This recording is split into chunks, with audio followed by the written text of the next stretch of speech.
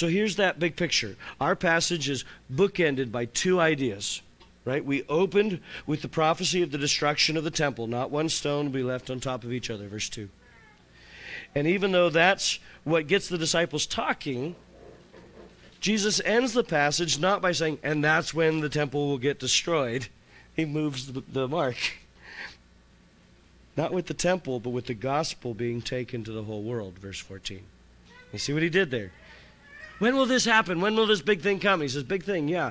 Okay, so here's when the big thing's coming. The big thing is the gospel's going to the whole world. What you need to know about the destruction of the temple and everything that's coming is simply this. Jesus has ushered in a new era. We have gone from a time when God's presence was to be sought in Jerusalem through the temple and through a sacrificial system and a priesthood, to one where God's presence is going to the whole world through the church. Jesus is focusing his disciples and through them focusing us from what about Israel? What about Rome? What about the temple? To go therefore and make disciples of all nations, baptizing them in the name of the Father and the Son and the Holy Spirit, teaching them to observe everything that I have commanded you. Matthew 28, 19 through 20.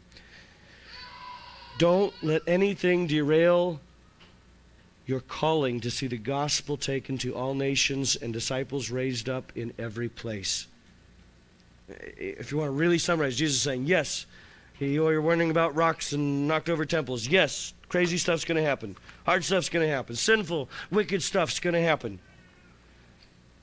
I know you want to know about that, but none of that matters more than the mission for this new era.